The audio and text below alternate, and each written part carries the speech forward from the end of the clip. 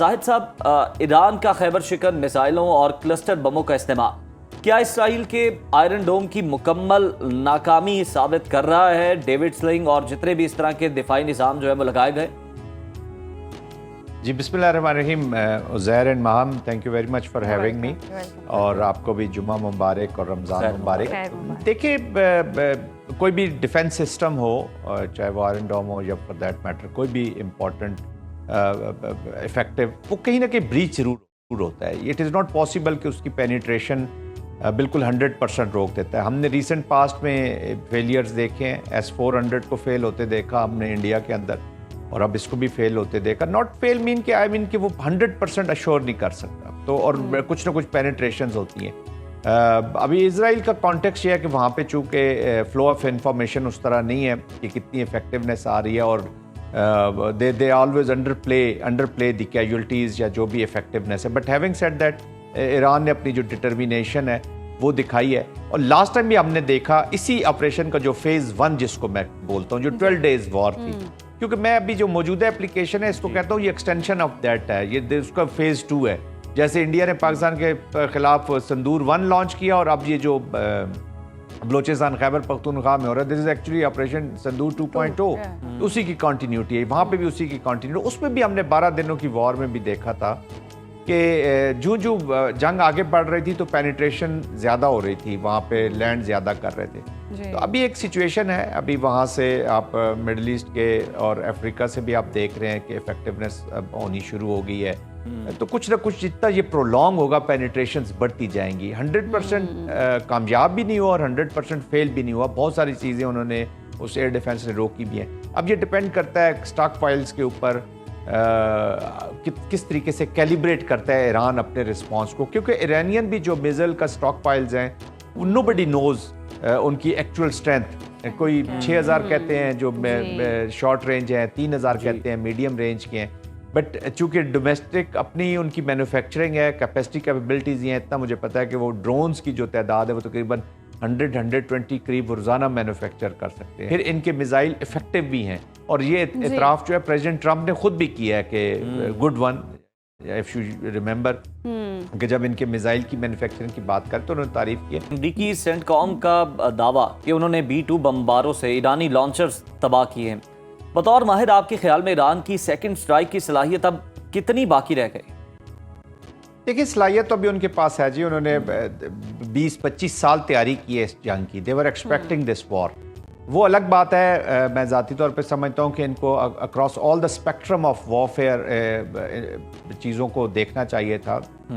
Fairly good budget था, defensive budget, और ताकि कोई ऐसी डोमेन खाली ना हो। अभी देखें तो जब आपकी एयर डिफेंस और आपकी एयर खाली हो गई तो B-2 क्या कोई भी आके इफेक्टिव से इफेक्टिव वेपन आ सकता है और आपको एंगेज कर सकता है, और वही हुआ। अभी ये जंग तो देखे ना, श्रीलंका इंडिया तक पहुंच गई है जी। इतना रीजनल उन्होंने फैला दिया है, तो इसका मतलब है उनकी रीच है, रीच उन पानियों तक भी है। अभी जिस तरीके से इंडिया के साथ मिलके इन्होंने इनका जहाज़ जो बैरी दीना जो है उसको डबोया है, इसका मतलब है कि it has gone beyond West Asia से निकल के वॉर आगे भी फैली है। तो और ये रीच अमेरिका कर रहा है, क्योंकि उसे पता है कि उसका एयर डिफेंस सिस्टम या सिस्टम थोड़े से एरोड हुए हों। बट अगेन मैं कहूँगा कि it is very difficult. I am sure जो कॉन्फिडेंस नज़र आ रहा है लीडरशिप की बातों से, ईरानियन लीडरशिप की, और अभी जैसे अली जाफरी फरमा रहे हैं कि वहाँ पे थोड़ा सा मूड चेंज हो गया लोगों का। अब तो देखें ना, इट इज़ सर्वाइवल है, एग्जिस्टेंशल थ्रेट आ गया है कंट्री को, सोसाइटी को। और भी बातें हो रही हैं, अली उस पर बेहतर कमेंट्री कर सकेंगे। जैसे कुर्दिश फोर्सेस को किसी तरीके से लॉन्च किया जाएगा डिफरेंट तरीके से। अगर देखें, अमेरिका को भी चैलेंज इसमें ज़रूर है। चैलेंज है ही तो वो बूट्स ऑन ग्राउंड की बातें शुरू हो गई हैं, चैलेंज है ही तो कुर्दिश बातें शुरू हो गई हैं, अजरीज़ को, बलोचीज़ को, इन लोगों को इंस्टिगेट किया जाएगा। और वही जो हम कन्फ्यूजन देखते रहे या क्यास देखते हैं अफगानिस्तान में, या क्यास देखते रहे इराक पे, प्रॉब्ली उस तरफ वो उन ऑप्शन पे भी अगर गौर हो रहा है, तो इसका मतलब है कि जो ऑप्शन 1 है, जो आपकी स्ट्राइक्स है, वो इतनी इफेक्टिव नहीं है। और थोड़ा सा फिर अमेरिकन मिलिट्री और अमेरिकन पॉलिटिकल लीडरशिप में फिर पॉलिटिकल जो प्रेशर, अब डोमेस्टिक पॉलिटिकल प्रेशर डेवलप हो रहा है inside America against this war. हम बहुत से सीन्स देख रहे हैं, डिफरेंट इवेंट्स हो रहे हैं, from normal citizen to law makers. Critic ज़्यादा हो रही है, तो मेरे ख्याल में वो भी इसको जल्दी लॉजिकल एंड तक ले जाने की कोशिश करेंगे। अमेरिकन भी इसको उनकी कोशिश हो सकती है। वॉर तो देखिए कोई भी उज़ैर स्टार्ट कर सकता है, असल चीज़ है उसको ख़त्म कौन करेगा, who will write the notion of victory. तो मेरे ख्याल में अभी तक रेजिस्टेंस मौजूद है और ईरानियंस चाहेंगे कि ये रेजिस्टेंस थोड़ी सी प्रोलॉन्ग हो, लंबे अरसे के लिए चले। और अब मैं समझता हूँ कि American would like to finish this war quickly, क्योंकि डोमेस्टिक प्रेशर बहुत बिल्ट हो रहा है। जी जनरल साहब, मैं आपकी जानिब आना चाहूँगा। जिस तरह से भी हमने पहले भी बात कर रहे थे कि इंडिया की कह लें कि घड़जोड़ आप इसे कह सकते हैं कि किस तरह से जो ईरानियन शिप है उसको निशाना बनाया गया, जो कि इंडिया का मेहमान था। ईरानी वजीर खारजा का जो इन्वर्टेड कोमा में बयान है कि इंडिया का मेहमान था। और उसके अलावा फिर उसके बाद जो मोदी की खामोशी है इस मामले के ऊपर, कांग्रेस भी जो है वो बहुत ज़्यादा शोर मचा रही है। आपके पास क्या इन्फॉर्मेशन है, आपको क्या लगता है कि किस तरह से मिलजुल कर ये कार्रवाई जो है उसको सरअंजाम दिया गया? Modi has become part of this war ji, let there be no doubt। Modi का जो विजिट है that was the political support and assurance to the Jewish Zionism के हिंदू Zionism की सपोर्ट इन टोटलिटी, पूरी इंडियन स्टेट की सपोर्ट आपके पास आ गई। और ये जो स्टैब इन्होंने ईरान को किया, this is not a new phenomena, not this कि हम एक पाकिस्तानी चैनल पे बैठ के ये बात कर रहे हैं और अब लोग ये समझे कि इन्होंने तो यही बात करनी है। मैं आपको फैक्ट सामने रखते तो मोदी साहब का वर्स्ट टाइम पे दौरा, मोदी साहब के अपनी पार्टी पॉलिटिकल लोग फ्रॉम इनसाइड इंडिया कह रहे हैं कि इन्होंने जो ब्लो दी है बैलेंस्ड डिप्लोमेटिक इंडियन स्टांस को, सबसे बड़ी ब्लो मिली है कि पूरे वेस्ट एशिया में और मिडल ईस्ट में इन्होंने, जहाँ पे इतने एक्सपर्ट इंडियन काम करते हैं, उनकी नफरतें इन्होंने समेटने का बंदोबस्त किया। बिल्कुल। और खुशनुदी की क्या हासिल करना चाहते हैं, एक तो यहूद की खुशनुदी और आशीर्वाद हासिल करना चाहते हैं to pursue their expansionist design Hindutva के जरिए अखंड भारत के। उधर अखंड ग्रेटर इजराइल, इधर अखंड भारत, उधर लिक्विड पार्टी, इधर भारतीय जनता पार्टी, दोनों हेट और ब्लड से लुथड़ी हुई सोच के मालिक।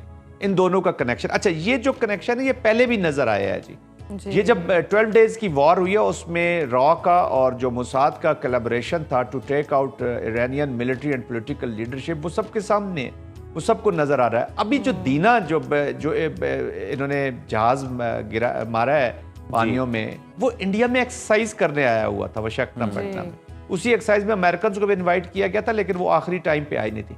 अब इनके रूल्स ये होते हैं उज़ैर कि जब आप किसी दूसरे टेरिटोरियल वाटर्स में होते हैं या इंटरनेशनल टेरिटोरियल, तो जो होस्ट कंट्री होती है उसने आपको प्रोटेक्शन प्रोवाइड करनी होती है। Actually they were supposed to protect this इनके जहाज को, वन। नंबर टू, ईरानियंस ने उनसे रिक्वेस्ट की कि अभी हम नहीं निकल, देखे वो कम्बैट के तो मोड में नहीं गया, उतना कम्बैट लोड के साथ भी नहीं गया, तो उसके ऊपर वेपन्स होते, फाइटिंग कैपेसिटी, तो वो तो एक समझे कि एक पीसफुल ट्रेनिंग के लिए गया हुआ था। 130 प्लस सेलर्स थे उसके ऊपर, वरना जब कम्बैट होता है तो सेलर्स कम करके कम्बैट लोड बढ़ा देते हैं आप एक जहाज का, लेकिन ये फुल 130 प्लस के साथ गए हुए थे। और ये फिर इसको पुश किया उन्होंने, जब इन्होंने रिक्वेस्ट की कि हमें रोका जाए, अभी हमें थोड़ा सा नहीं निकल सके, उन्हें पता था कि हम एंगेज, तो दे पुश देम आउट। और वो ऐसे ही है ना जैसे कमरे से बाहर धक्का देकर और आप अंदर से वो कुंडी लगा लेते हैं। लास्टली इस पर भी कमेंट कर दीजिएगा, सऊदी अरब का अपनी फजाई हुदूद और जमीन देने से इनकार के फैसले का अमेरिकी सेंटकॉम की ऑपरेशनल सलाहियतों पर कितना असर पड़ेगा? देखिए ह्यूज असर पड़ेगा। Saudi Arabia is a meaningful country in this region और इस वक्त मोस्ट इफेक्टिव कंट्री है। और आई थिंक इसका वॉर के ऊपर ये इम्पैक्ट पड़ेगा कि स्टेबिलिटी की तरफ ये चीज़ जाएगी। तो सेंटकॉम तो आपको पता है ना, अमेरिकन फिर बादशाह सलामत हैं, वो नाराज हो जाते हैं कि वो तो समझते हैं कि बस लाइफ उनके लिए जो हुक्म दे दिया बस उसी की तामील होगी। देखिए कंट्रीज पहले भी इनकार करती रही हैं, पाकिस्तान के ऊपर भी आपको याद होगा 2014 में जब यमन में MESF के ट्रुप्स डिप्लॉय होने थे तो उन्होंने पाकिस्तान पे बहुत प्रेशर डाला था कि आप भी ट्रुप्स भेजें, लेकिन पाकिस्तान ने अपनी जो पॉलिसी है, पॉलिसी ऑफ स्टेबिलिटी, उसको सामने रखते हुए वो ट्रुप्स नहीं दिए थे। तो लोग नाराज होते हैं, लेकिन लेटर ऑन ये फैसले जब अब हम देखते हैं कि रीजन की स्टेबिलिटी उसमें ये कौमों के फैसले बड़े हिस्ट्री तक रह जाते हैं। फिर जो पॉपुलेशन है जी inside Arab world other than the rulers, वो बड़ा क्लोजली देख रही है और वो अमेरिका के और इजराइल के अनफॉर्चुनेटली जो रोल है उससे खुश नहीं है जी। तो इसलिए अल्लाह करे कि ये चीजें अभी स्टेबिलिटी की तरफ चली जाए। बिल्कुल, हम दुआ ही कर सकते हैं कि क्योस की तरफ ना ही जाएं और अमन हो। बहुत शुक्रिया आपके वक्त का।